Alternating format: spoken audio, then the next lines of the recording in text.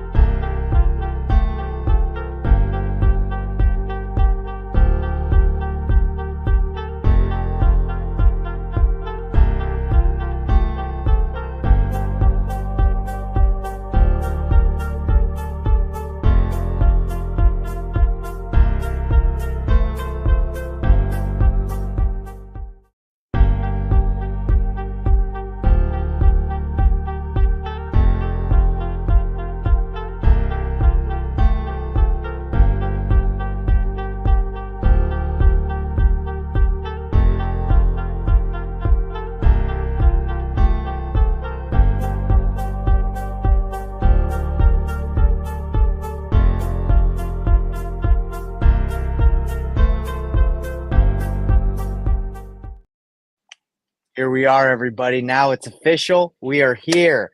What's up, Caden? How you doing, man? Doing well, man. I'm hunting for deals, and I'm excited. I'm excited to Well, keep let's get learning. after it. Well, guys, if you're popping in here, what we're going to be doing is I got Caden on here.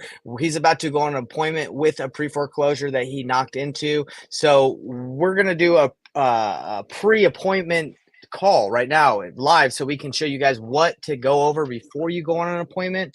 Obviously, you guys, as you guys know, Batch Leads is where you can get pre-foreclosure data, pre-foreclosure leads. So that's what I've told Caden. I've told a lot of people I work with, hey, pre-foreclosures are motivated sellers that not everybody on the list, right? Because you got to filter through it, but that is an indicator of someone that has a problem that needs to sell. So what do? You call them, you text them, and if you don't get a hold of them, you go knock them. Caden did that. He reached out to a guy. You can kind of tell the story a little bit of your experience, and you knocked on the door, bro.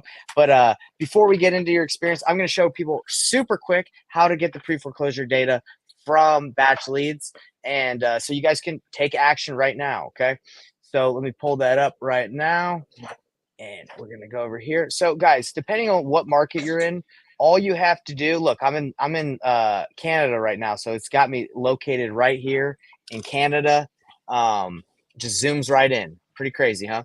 Okay, so let's just go to Salt Lake because that's where I was, and I don't think Batch Leads does Canada yet. So I'm investing in the states from Canada.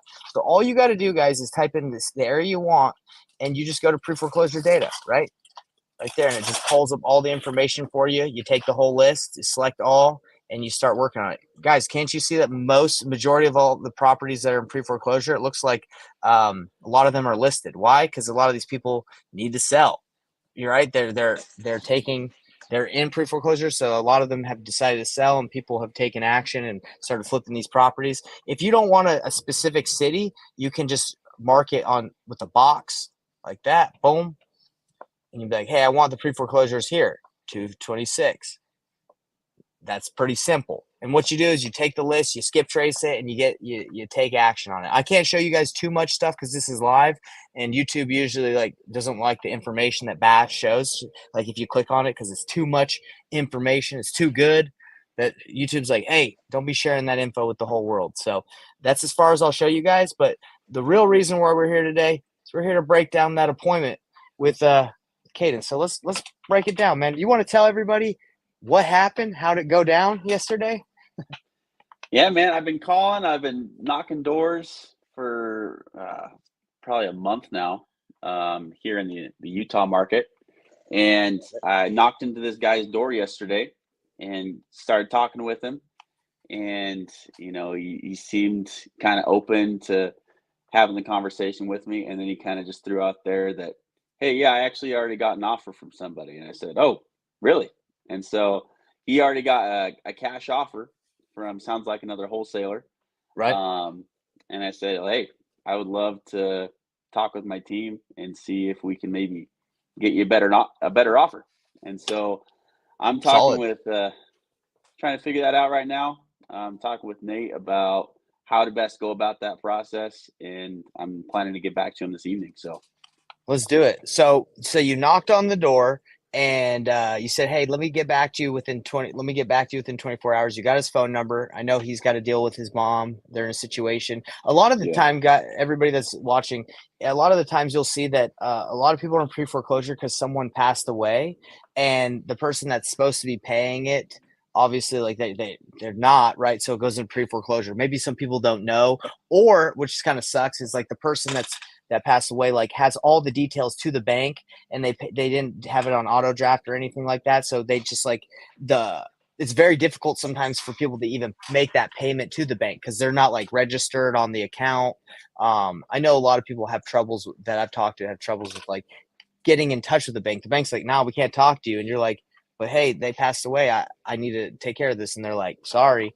So it's kind of a weird mm, situation with a lot of banks, but this does happen quite a bit. So they need to go through. Usually, you have to go through probate and stuff like that. But that's why we're there, right? We're there to help them through the situation. They usually don't know what to do. But anyway, so you knocked. Now you're going back, but before you go, you want to verify, you want to make sure you're ready, right? Because this is you're pretty much your yeah, your first like pre-foreclosure appointment that you're specifically going to see if you can solve their problems, right? yep. And to your point, the guy who answered the door I spoke with, his name's Travis. I knew Mhm. that the name on the skip trace that I took was Larry, so I asked about Larry. Apparently, it was his father that recently passed, and so he's living there with his mother. Mhm. And I think his mom is it's that the home is in her name, and she's Mm. going to be the decision maker at the end of the day. But sounds like Right. he's helping her out through that process. So Yeah, of course, right? So they're going to make the decision together, right? But it seems like she has the ownership, or she will, right? Not the son. So she's going to yeah, probably be like the ultimate decision maker. So, um, you said you'd be back. Have you texted? Have you gotten a response from him? Because I know you said you're going to text him and then go over there. How's that going? I haven't communicated with him yet. I Okay. I wanted to kind of have my head around a couple things before I mess anything up. All right, bro. You gotta be. Hey, I So like you. Want to be prepared. You're taking massive and perfect action, which is the key to right, real estate for everybody watching, guys. You got to go out there and just do it because you're gonna have questions right now that you wouldn't have had a long time ago, right? yeah, Like in the beginning. So it just take action, and the questions come, and you overcome them as they come. You can't be a master of pre foreclosures or anything until you really get into it. So let's dive in. Yeah, what questions do you have, man? Let's break this thing down and get you so ready. this is my first time. I've spent a little bit of time comping and doing different things when I lived in Maryland, Right? and I'm in a new market here. I'm in Utah now, just recently moved, and it's a non-disclosure state, and so it's a little bit different than what I'm used to. And I wanted to kind of just pick your mind on your thoughts on how to calculate ARV, comps, things like that, so that I can first establish value and then try to work that back into an offer price. I love it, man. So check this out. You've already have an offer, right? So that's your anchor. And that offer sounds crazy low. So I would just verify that he meant 330 versus 33K, right? I think he Right. probably meant 330. Because 33 doesn't even make sense. That's nuts, right? That the ARV, just from kind of doing a quick glance, it was like 450 to 500,000 in that area, right? For the Yeah, ARV. I mean, That's what I'm that's seeing. what he So said though. It's weird. He said 33 and I was like 33K and he's like, "Yeah." I'm you should, like, you're missing a "Wow." zero. You're not missing a zero, dude. Okay, so let me tell you how I do things, and I call it the painless way, bro. And I'm gonna teach you the painless way. And everybody here, you guys can learn as well. So I used to really worry about ARV, and I used to really worry about like exactly where I need to be, and I'm making that final offer to the seller. But I don't really do that anymore. Because, and I'll explain to you why. So when you go into that appointment, I don't want you to make an offer yet. Just you're going to hold it back because when you make an offer, look what happened to that other guy that gave the offer. He just gave an offer. And now, if you're tactful, if we do this the right way, they're not going to call that guy. They're not going to worry about him. So, making an offer, you lose, in my opinion, in a bad offer, you lose your leverage. You lose your everything you got.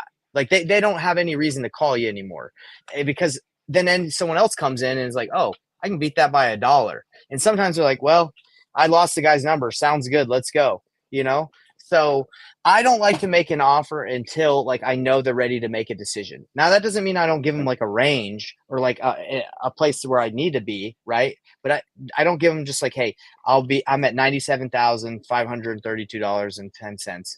Take it or leave it. You got 24 hours. Because people they don't react like that, right? That's pressure. So does that make sense? Yeah. So I'm not too worried. Like obviously you got to have a decent understanding if you have a decent like a deal or an opportunity.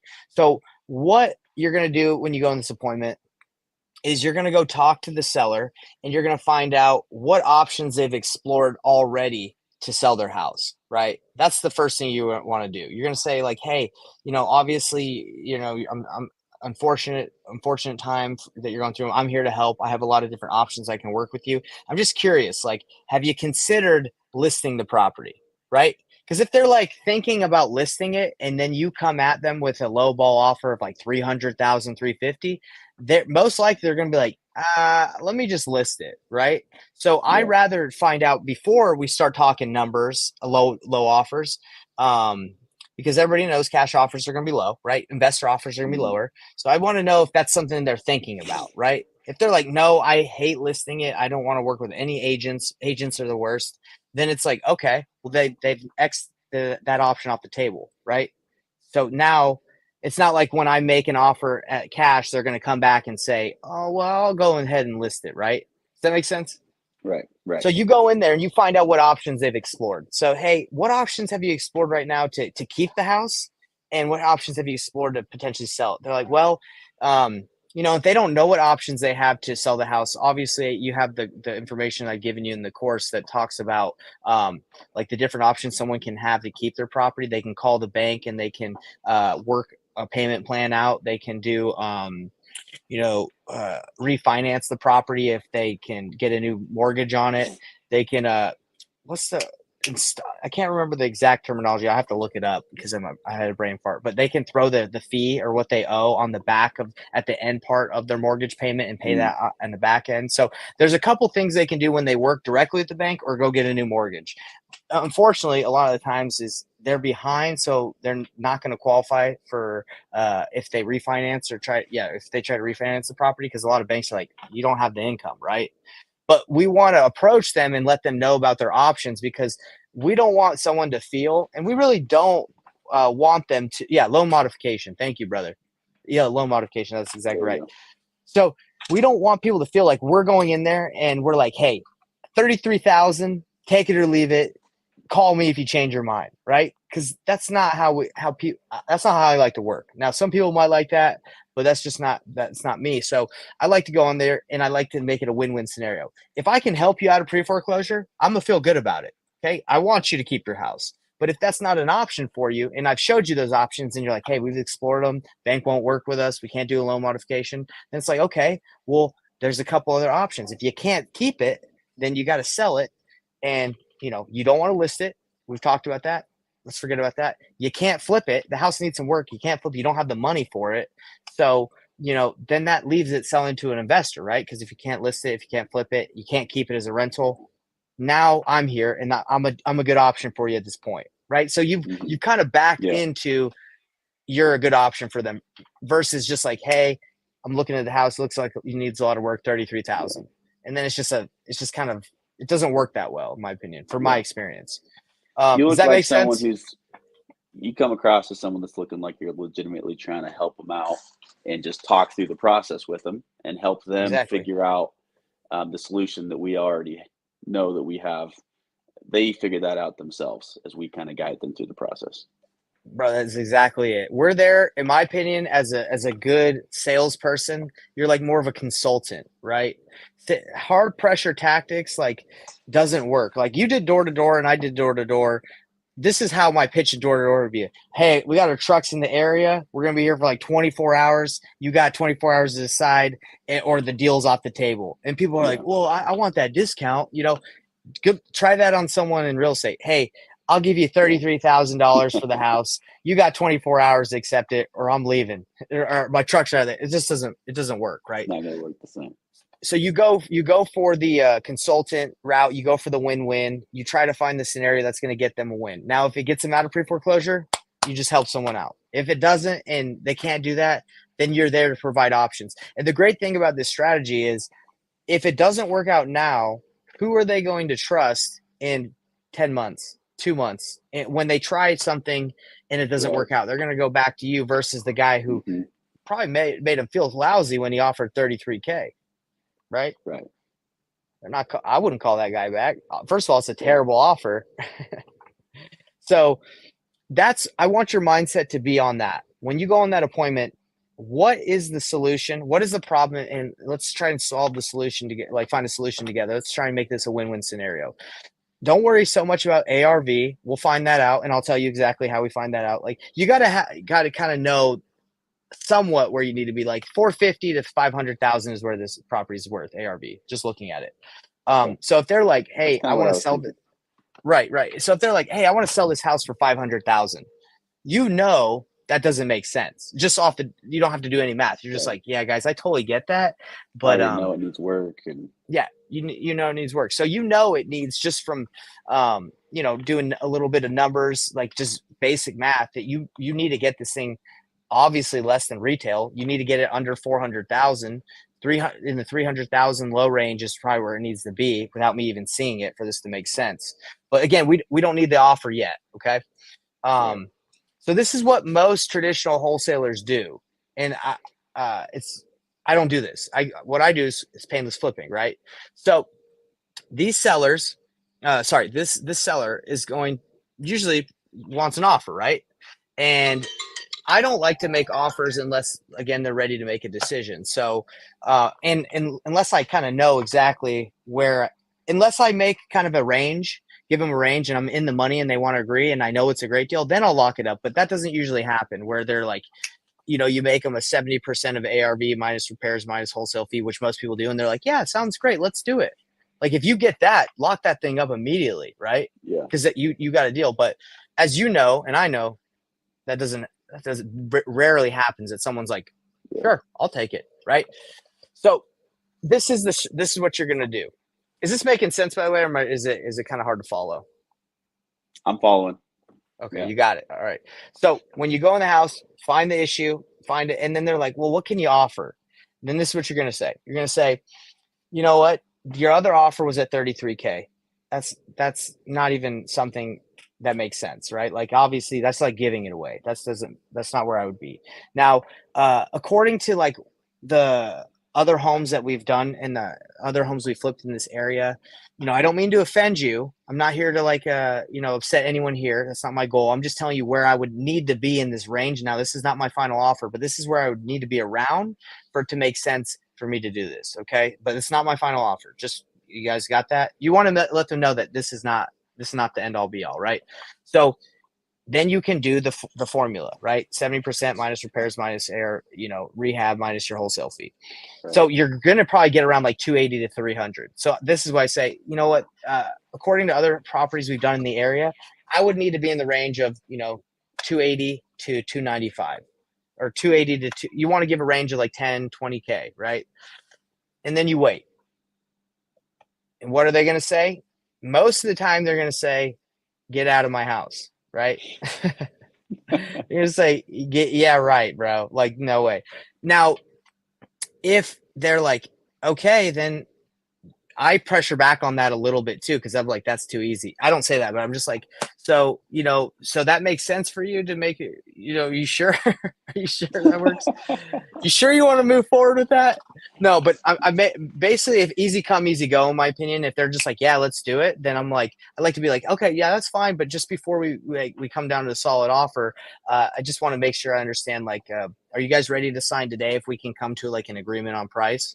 And then you're just probing it again. Is there anything that would get in the way from us going forward, right? Because if you get too giddy and you're like, okay, here's the paperwork, they might be like, let me read this over really quick. I'll get back to you in a week. And you're like, I freaking went too hard in the paint. So you give them that range. Option one is they're okay with the range, and you don't jump and get too excited. You start probing. You ask them about road. They call them like smoke screens or roadblocks or yellow lights. You ask them before you sign. Like, hey, before we come to an agreement. Okay, so if they're not liking the price, which is normally going to happen, you say, hey, no, I totally get it. That's not my final offer. That's just where we need to be. And a lot of properties I've seen have been in worse shape than yours. So I'm curious, how close could you get to that number, knowing that that offer was at 33 and I'm in this range? How close could you get there to that point? And you let them make the offer, right? You let them Right. to come closer. So they'll usually be like, well, you know what? We were hoping to get 400, but you know, we could probably the lowest I could go is 350, right? Something like Start that. negotiating against themselves. So, yeah, they start negotiating. So you don't get too excited there either. You're not like, okay, well, let's sign. This is the painless way. This is how I like to do it. I like to say, look, if it's close, this is what I do. I say, you know what? For me and my company, because we have a lot of overhead, we want to make sure that I got to feed my family. I got to buy it at a deep discount, not because I'm trying to like just take it from you. I just need to have that margin so I can be safe. Because you can explain this because I've gotten deals where when you start flipping stuff, it just you find out more problems. The house, it gets more expensive. So for me, that's usually where I'm going to be. But I actually know a couple people in my network that I think might be able to pay more than I can. I'm not sure, but would it be okay if I just ran this by a couple of my the cash buyers that I work with, that I partner with on deals? Do you mind if I just run this by them to see where they would be at, to see if maybe they might be able to pay more than me? Because I'd love to get you a little bit more if that's possible. They're like, yeah, sure, run it by your people. Um, so that way I leverage the offers of my cash buyers to get them to where they need to be. Because I know 350 is not there yet. But I know if I can get a couple cash buyers to go through, it's gonna take the edge off, right? Now you don't need to do the painless flipping if you've already gotten the money. There makes no sense. You just sign it, right? Yeah. But if you just don't want to like sit there and be like, well, can you haggle? Like, can you do 315? They're like, well, can you do 325? And you agree on a number that still doesn't work. So I Right. leverage my buyers. So I say, let me get back to you. Let's sign an agreement. Give me a couple days just to run this by my cash buyers. I'm pretty much saying I'm wholesaling it. Let me run it Right. by. Now you can do a wholesale agreement. You can do a option to purchase agreement. It's whatever you want. Sometimes I don't even sign anything because I can call a buyer and he'll let me know like within a couple hours. So what we do at this point, you can get the agreement. We know we're a little high. So when we call our buyers, we say, hey, look, I got someone that this is the situation. I know they need to sell. I know this is the scenario. All I need you to just come and tell me the best you can make an offer on it, like the best you can do, and we'll see if we can get it done. I know I got to renegotiate it. You just tell them the situation. Then you hold a wholesaling, like an open house. You send everybody through 5, 10, 15, whoever wants to go. The seller knows what's going on. And at the end of that, you basically get the best offers and you go to the back to the seller and you're like, hey, look, I already told you where I was going to be. You know what the other offer was. We're getting a range of this. And you obviously give them the offer that has your wholesale fee in it, right? So let's say everyone's coming in at 320. So you'd be like, hey, we're getting a range of 310, right? And then they accept 310, you'd wholesale for 10 to your cash buyer, right? Because you have to have your fee in there. So you'd be like, hey, we're getting a range of like 305 to 310. I know mine was at 280 to 300. I got a couple cash buyers that we Right. can partner on this deal. We can get in it for a little bit more. So why is this good? Because up to this point, it's just you, in my opinion. Like, this is what I think that's going through the head. You go and sit in that house. They don't know who you are. They don't know if you're legit, if you really can do what you say you can do. Once you get your cash buyers through, 2, 3, 4, one person, they're like, okay, this guy, he knows what he's doing. Like this is real. This is real. Like, this is a real Right. scenario. So it's just easier to negotiate when you have some leverage from cash buyers. Now, this doesn't have to be cash buyers that like are super tight with. You can go and reach out to agents using batch leads or any of the softwares, and you can say, hey, I have an opportunity. Do you mind just looking through it? This is not a strategy I would use to like blast out to the whole world, because you don't know if you send it out to 1,000 cash buyers that you don't know if they're just going to go show up at the door and be like, try to snake the deal. I'm talking about you're specifically talking to people or you found and you filtered before you gave the information, like the agent or Right. the specific cash buyer. So At this point, so I'm going pretty in depth with you, bro, but I'm just I'm giving you Love it. the whole story. Love it. So once this happens and you start the negotiation after they've walked the house, this is what you do. So hey, like we said, you saw some of the cash buyers I work with that I'm planning on partnering with come through. I think we can get you a little bit more money. We're looking. I know you wanted 350, but where we're at is the 305 to 310 range. Could you make something like that work so we can so we can get this done for you? And let's say they're like, okay, I can do 311. Be like, okay, fine, that works. If they're like 305 to 310 doesn't work still, that's still too low, Nate. That your offer still sucks. Then you pivot and you say, I know it sucks. I don't blame you. I wouldn't want that offer either. I'm just letting you know that's where I was in that range, and this is where the cash buyers I work with are. If you want more money, we're gonna have to go a different route. We're gonna have to take this thing. I'm gonna have to buy it on terms, right? And then you pitch creative financing where you can offer more. I don't like to pitch terms in the beginning, especially like a lot of these pre-foreclosures. You have to catch up their loans, and sometimes it doesn't make sense on paper. But anyway, so you go creative or you go the novation route where you're like, hey, well, we can get you more money, but it's just going to take a little bit more time. And I'm just going to have to open up the way I can market this deal and find a cash buyer to flip this property with. Whatever you want to say, there's a lot of different ways to pitch the novation, but that's the strategy I like to do when I go in these houses. I don't care. I don't have a solid number in my mind. My mind is low anchor. If they're in it, let's go, because you don't really need to do too much more math. If you're at 70% minus repairs minus your wholesale fee of 15K, you're in the money.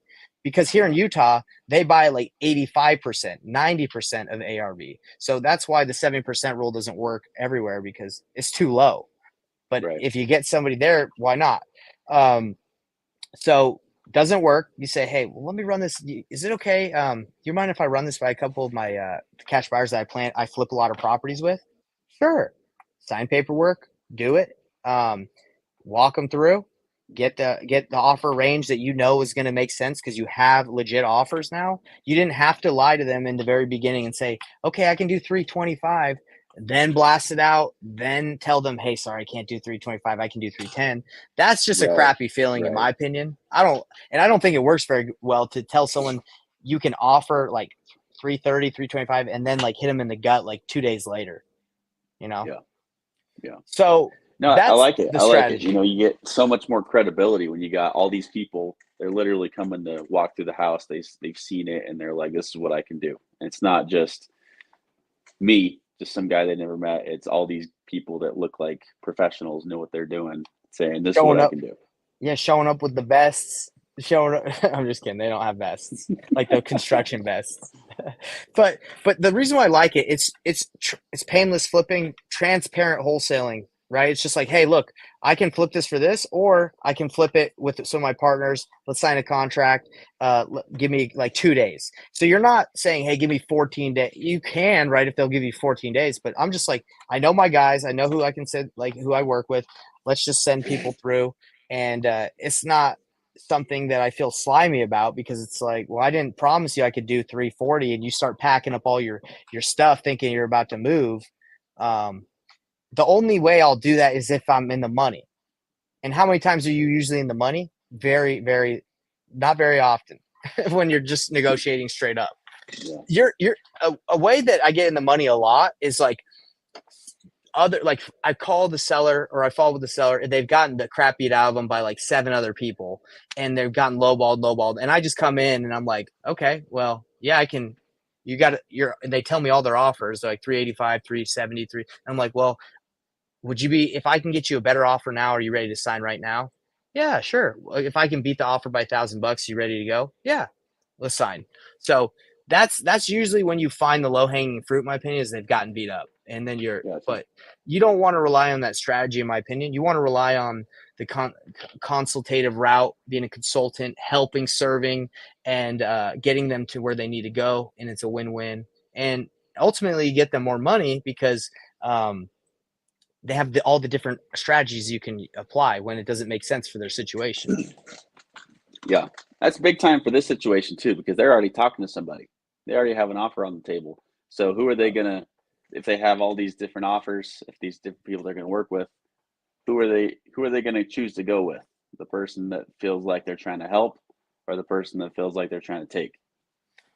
That's exactly right, bro. The main way the painless flipping, like what I do is it beats out all their offers. Why? Because I'm not coming in trying to beat specific numbers, right? Like I'm not trying to be like, okay, let me see if I can beat this guy's offer at 370, because I don't even know if he's good at if he's legit a real wholesaler that knows what he's doing, or if he just threw out a number and he's just trying to lock it up.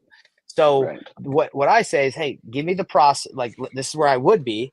Give me the process. It won't take very long. Give me some time to run some of the cash buyers I work with through that I flip properties with, and let's see the realness. Now, if they send 10 people through, I'm like, hey, look, we're all around 320, 325 for this to make sense. You got that offer at 370. You can go with that, but I don't know who that is. I don't know how they're doing it. And then they might be like, yeah, I did feel a little sketchy about him. He seemed like he didn't know what he's doing. You might waste some time and not make it to the finish line. Exactly. And another beautiful thing about the painless flipping that I'm telling you is once you get those people through, when you make that final offer, there's no more due diligence. There's no more worrying about, well, okay, now can I get 3 more days once you accept this offer to run people through? It's like, all right, we're ready to go. $50,000 of non-refundable earnest money, 0 days due diligence. So when you got all those 33K offers and all that other stuff on the table, what do they all have on their contracts? 7 days, 14 days due diligence, $100 for earnest money. And you come in, you're like, bro, I'll put $100,000 of non-refundable earnest money. Do I use my own money? Bro, I haven't used my own earnest money in like years, because you don't need to. You use your buyer's earnest money, right? Right. That's the funny thing. Like, there's a lot of these people that are like, "Hey, we'll lend you EMD," and you're like, "Why is this a thing? Like, why do people need EMD? Why don't they just use their buyers who are buying the property's money?" That's There's no you don't need to use your own EMD. That's all I'm telling you. Like, you should have buyers that you leverage, or even the thing is, like, even if you wholesale the traditional way, the way that I usually don't do unless like I have a solid offer, you don't even put down your EMD until you have a cash buyer. The way I work, it's like, okay, you have 5 days due diligence, you find a cash buyer within 2, then you put the EMD down, which is your cash buyer's money, because the seller wanted 5K of EMD. You got 10K from your buyer, so 5 of his EMD went to the sellers to satisfy that. So yeah, you don't ever need to use anybody else, like your own EMD, if you can just use your buyer's money. Love it. I don't Love know it. if you knew that, but I've heard about that. Yeah. So one thing I wanted to clarify, when you say, um, when you're talking with the seller and when you said, let's just sign a contract and then let's talk to the cash buyers, you're yep. saying, let's sign a contract at the seller's number and Yeah, so then let's talk to you the cash buyers about what they think about that. yeah, so what you can do, so an option to purchase agreement or a contract, obviously you're going to have to put a number in there, right? So what I usually do is I just say, all right, we'll put down the number that you want, but I can just tell you right now, I don't think it's going to be there. And this is just so I can go out and reach out to, the people that I work with, and I can do Got it. this the right way with equitable interest. And then you have 3 or 4 days of due diligence, right? I And see. then they understand you're not putting down any EMD. This is not like, I've done this so many times where it's just like, hey, no, this is just giving me the right to go do this, right? Now I don't need to do that if I can just make a quick phone call to like John, my boy Nate Worth, and just say, hey Nate, I'm over here. What would you pay for this? This is the situation, right? But in this situation, this property, like, we might not even need to you get a contract, just because we might be able to find out like super quick. But it doesn't hurt just to go through the process and try that. Does that make Yeah. sense? Yeah, for sure. For sure. Yeah. It's just setting the Love it. expectation, right? It's like, hey, look, I know you want this. I'd want this too, but realistically, I'm not. I think it's going to be closer to my number, but just so you understand. Now, this strategy I'm telling you about, this is not something you would do if they're at 450 and you like up by ARV, and you're like, hey, realistically, it's going to be lower. And they're like, well, the lowest I can go is 445. I won't sell. I'm not moving. it's like, well, that would be a complete waste of my time to call my buyers and Right. figure out what I can do. So you got to be smart about it. You can't just do it with like everybody. Right. You gotta make sure it's the right person. But I will also say a lot of people get shook here, like when they start do real estate investing. They're like, man, everybody wants a lot of money. Obviously, who doesn't want Yeah. exactly what Zillow says or more? I'm the same way, Yeah. bro. When I listed a house in Salt Lake City, that's my rental, I'm trying to sell. It's been on the market for 3 months. That's why listing is not like people think when you list it, it's like the greatest experience, the best thing. My house has been on the market for 3 months right now. It sucks. You don't know when someone's going to buy it. It's stressful. People come in, they dip out. People are walking through. So listing isn't all like peaches, right? During the pandemic, like stuff was flying, but that's just not how things usually work, right? Right. So the reason why I'm bringing that up, shoot, man, I forgot why I was bringing that up. I'm bringing that up because um, listing, yeah, it's not always going to get people the most. It's not going to always be so fast and convenient. That's why they go for cash offers. I think Yeah. that's what I was going for. Yeah. Um, Yep. what else was I gonna Yeah. say? Yeah, keep So going. if you go through that process of getting the cash buyers and everything, then you need to be in the ballpark of where you need to be ish. That's it. Ish. Yeah, you don't do this for someone that wants retail. Like, but I will say, okay. Sorry, guys, brain fart. I've been going a lot all day. So the reason why where I would do this is if their situation requires them to sell fast, but they just haven't. It hasn't clicked yet. Like let's say they're in pre They haven't foreclosure. accepted it yet. They haven't accepted it yet. I'll do this work if they haven't accepted it yet. So if they have 2 weeks till they go to auction, they're about to lose their house. Their heads are in the clouds. The house is really worth 300,000, but they think it's worth 450, and they're like, I won't take any less. Then, and I know they got 2 weeks. I'm going to go through this process because I know 2 days, 3 days before they're in trouble, and I'm going to be ready. And I'm not going to, yeah. So when you hear the situation, if the price isn't adding up, but the situation, like if the situation is right, but the price isn't making sense, who cares what they want? Because I wanted 330 on my rental. It ain't looking like I'm getting that. And Yeah. and what that means is expectations change like this Right. immediately when you don't get what you want. You're like, You got two okay. weeks. It's like, yeah, we could make that happen, but not in 2 weeks. Yeah, it's like, hey, yo, we could list your house and maybe get you 450. We fix it up, but that's 6 months down the line and about 40K of work. I'd love to get you that, right? Yeah. And again, you're not. That's the cool thing about being a consultant is like you're on their side. You're not like trying to like battle them out so they'll take your low Right. offer. You don't even care if they take your offer because you know it's low. You're like, I get it. It sucks. Mhm. My offer is terrible. Like I wish I could get you more, but that's just what the market dictates. That's where I have to be. But this is what I can do to help you in the next step. You kind of give them the rent, you get them the offer the painless way, and you understand where they need to be. They don't like it still. Then you say, hey, look, I know you want more. We could take it to the market or do innovation, but we don't have the time. It's not going to work. We could do a sub two, like a creative deal. That would work because we can close on that quick, but I'd have to catch up. You're behind on your payments by 6 months. I have to catch it up by 15K. I have to bring 15K. You want some money? I can give you this. So it's just really just realistically giving them the right information depending on the situation they're in. Yeah. I love it. I love it. Yeah. I mean, I feel like people quickly associate these interactions as kind of tensious and us versus you. And if you can make that kind of a collaborative effort, it changes the whole dynamic. I Or love you it.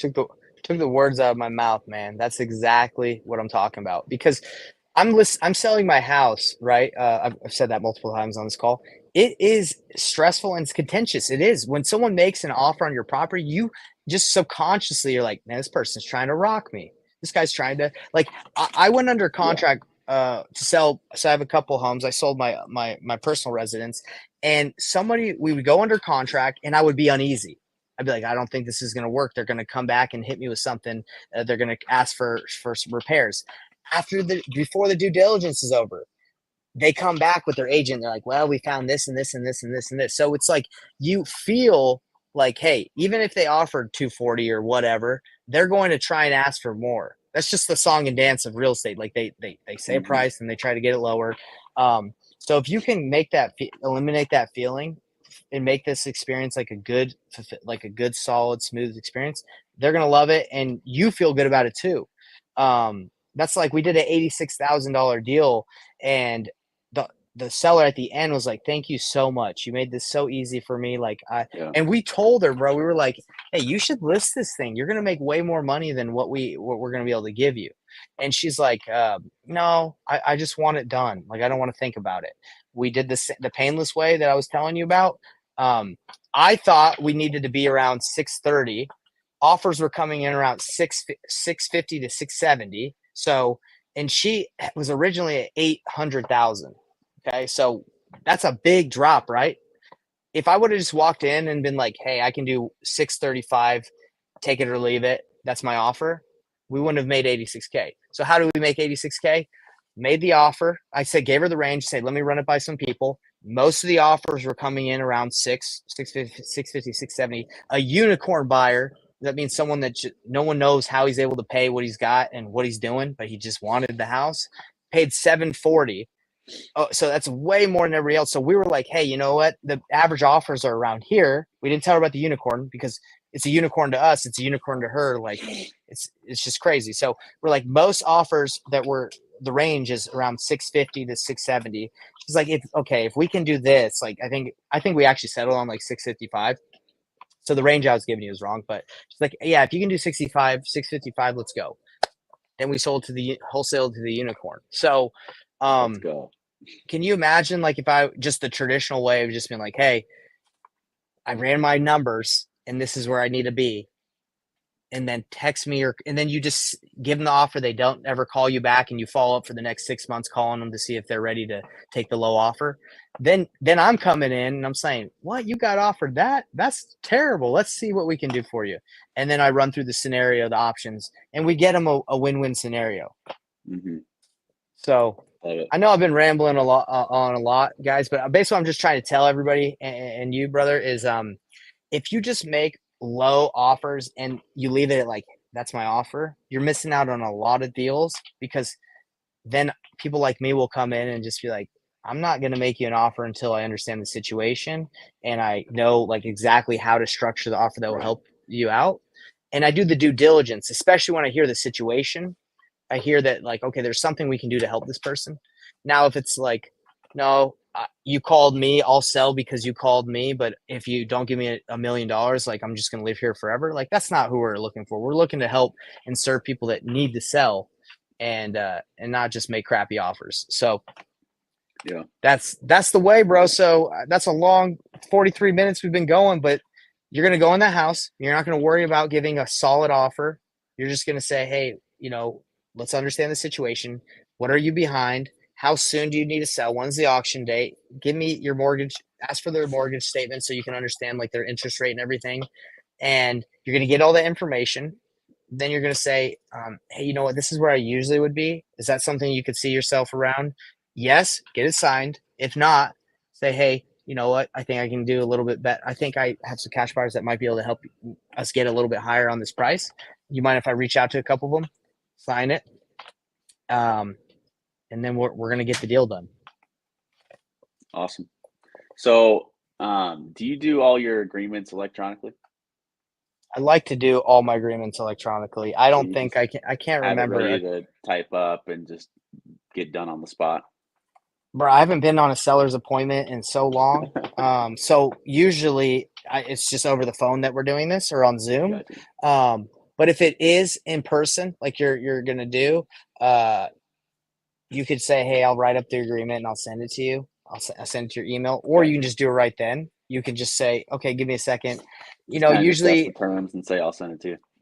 yeah, because like again, if they change their mind from you leaving that house to like 2 hours later, I think you're gonna have more speed bumps along the way to close than like there are gonna be more problems. Yeah. So like a lot of people are like, Right. "Oh man, I lost the deal there." It's like, bro, if you lost the deal because of that, you were going to have some more problems, right? Yeah. They were talking to other people. You didn't uncover any of you didn't uncover that there was a guy coming to their house right after you and he just got it done. Right. So, but you want to have that open and honest conversation. So you can be like, hey, is there anyone else you're talking to? If it is, it's fine.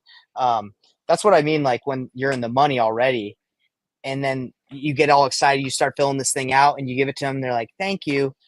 I'll take that. Because then that next guy shows up and I'll they're like, I'll hey, give that to the next guy, and we'll the, we'll bump the price up even more. the And sellers are that's why I like your savvy. strategy, because I mean, if you're just another offer, then they're just going to keep comparing offers and keep, raising the price. And if you can really connect with someone that feels like you have their best interest in mind, then you probably have a good shot. Exactly. And can you blame them? If you're going to be that bad at negotiating that you just give me your offer, I'm going to say thank you. Next, hey, this is what this guy Yeah. gave me. What can you do? I can beat that. All right, give me your offer. Next, and I'm going to get my price up. Um, so, but the person that you'll win every time is, hey, I'm here to help. Let's see what we can do for you. Yeah. Love it. So that was a deep dive, bro. I wasn't planning on that deep, but I gave you it's the sauce, and really what it does is just it's repetition, repetition, practice, and truly in your heart, like I'm trying to give you the best solution. You got to take out the Right. money. You can't see dollar signs when you see the situations like this because it's not about money. You can make an 86K deal, and the next day you could just forget about it. Like you don't even. It's not like it changes your life. This is a business you want to be a part of and you want to like grow with. So you're trying to change lives and just help and be helpful, right? Make Yeah. an impact. Yes, sir. That's Man, it. this is exactly what I needed. This is good stuff. I'm gonna try to put it into practice, like you said, get those reps, and see if I can close a deal. Love it. And let me ask you this before we wrap up for everybody. Do you feel more comfortable knowing that when you go in that appointment, you don't have to have like a solid number and get them to sign right then? For sure, for sure. I mean, I feel like I messed up some deals in the past that I tried to That's get all under good. contract before because I was getting too specific, and like I'd push it out to cash buyers, and I feel like I made a mistake of trying to tell people exactly how much it costs to fix it up. I have no idea. I've never done any of that stuff. I don't know exactly what it's going to cost to fix it up, and uh, people would That's right. respond and be like, "Your numbers are way off," and I'm like, "Well, you're probably right. You know what? I probably." Yeah. Well, that's the beautiful thing, man. It's like Nathan Valley talks about this a lot, but you don't that guy that paid 740 on that house room at 86K, we don't know what his strategy was, bro. We don't know that Right. maybe he was just gonna live in it himself. Maybe he was just gonna flip it as he lived in it, and he's able to pay 80,000 or $50,000 more because of his strategy. So like for us to like come up with a 70% rule and just say like, hey, like this is where people need to be. It's like that's not every buyer. Some buyers I Right. know in Utah, bro, they just have to keep their crews busy. So instead of buying like where it would make sense, the guy takes losses sometimes because he has to keep his crews busy or he'll lose them and they'll Mm, go work for someone else. So gotcha. Yeah. Yep. imagine all the deals that you've lost and everyone's losing because they are going off of a specific number when they can Right. just do it the painless way and find Yeah. that guy who knows that has that squad and to be like, hey man, I got one. It's kind of tight. This is the situation. Where would you be? And he's grateful because he's like, yeah, man, I appreciate you. This is where I'd be. If it doesn't make sense on this one, hit me on the next one. Yeah. That's business. Yeah. You're exactly right. I've seen that's been my same experience as well. Every buyer is different. Every buyer sees it differently. They'll determine a different rehab cost. They'll have a different strategy. They'll have different reasons behind. Like you said, some people just try to keep their crews busy, and you got guys like Jerry that are like, if it's not a freaking home run, I'm not touching it. You Well, know. and exactly. And there's guys like Jerry where it's like he doesn't have to touch a deal unless it's the home run, right? Because he's Right. like gets so many opportunities thrown at him. So but you get that one guy who's like, bro, I haven't seen an opportunity in 2 years. I need to do a deal right now, right? So Right. um that's what I think gets a lot of people struggling in wholesaling as beginners is like they think it's just like this one fine line that they have to get something under a certain price when um they don't really know. And on top of that, like the opposite end of the spectrum is like they'll just lock up crap and won't have the relationships or the people that kind of give them the feedback, and they'll just waste years and all their time just wasting time with bad deals, right? And you've been on Right. that end. I've been on that bad end. I used to just lock up Yeah. stuff and be like, let's give it a shot. But that's not. And when you try to Yeah. renegotiate, it's a sour taste in their mouth Yeah. sometimes, and you're just so anyway. They're like, Oh, all right, let's just move on. yeah, exactly. So that was a deep dive into the situation, but it works with any case scenario. Like it doesn't matter if it's pre-foreclosure, tired landlord, whatever. It's like you're going in there, giving them where it makes sense for you. Sign it if it does. If not, run the process. Run through the strategy that I showed you. And I have, if for anybody that's watching this live, I have my process right here, and I'm going to send it to you too, obviously, of how I make these offers. And then we can wrap up, bro. I don't know how busy you are right now, but I'm let good. me just Let's show do it. this really quick. So I'll show this super quick. All right. So I call this the painless offer options. All right. Now they don't always go in this order, but of what to offer. But you just go in there and you ask the questions that will get them the right situation. So what's got you selling? And if they're in pre-foreclosure, you pretty much know. Have you considered listing this house? Have you thought about flipping it yourself? Have you thought about renting it? And all these questions are trying to push them away from a cash offer because cash offers are so low that you don't want them to take it, right? You want them to figure out a different solution, and if they do need the cash, then you're there for them. So if you don't get the price you want, is there an option to stay here? How much are you wanting to get for the property? Then obviously you need to know the timeline and the condition, and depending on how they respond to their needs, it tells you what offer to make. So depending on what they say, if they say, look, I need speed and I got no time, well, it's like, okay, well, you only have two options, creative and cash.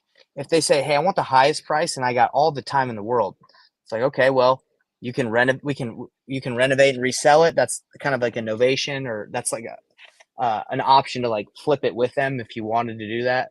Owner carrybacks, seller financing creative works pretty much no matter what. Or you can list as is.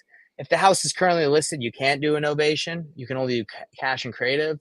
House needs a ton of repairs, cash, novation, because you can still get it past an inspection. And then minimal repairs, but want speed and convenience, cash, owner carryback, and full service, right? So depending on what they say, this gives you the options, what you need to hit them with. And then like I showed you, you start with the range. If they accept, move forward. If they don't, painless cash buyer strategy, then you run them through that. If you come back and they still don't want those options, then you can hit them with creative or novation. And then depending on if they have a loan, FHA, it tells you which ones you can do. VA loan, no loan, obviously it's free and clear. You can do seller carrybacks, which is the seller finances you. So you don't have to, you just work with them directly. There's no mortgage in place. So I don't Dude, know that's if that was gold. helpful for That's me to show you gold. that, but it just Love breaks it it. all down. Love that. Yeah, I need Yes, that. sir. Yeah, I got you. I'll send it to you. So, yeah, man, I think this was good. Hopefully this was helpful to kind of break down how your appointment's going to go and like all the avenues and how to attack it. Yeah. No, I feel a lot more confident. This is great, great stuff. So I'd love to Perfect. get that little printout and go over that as big time.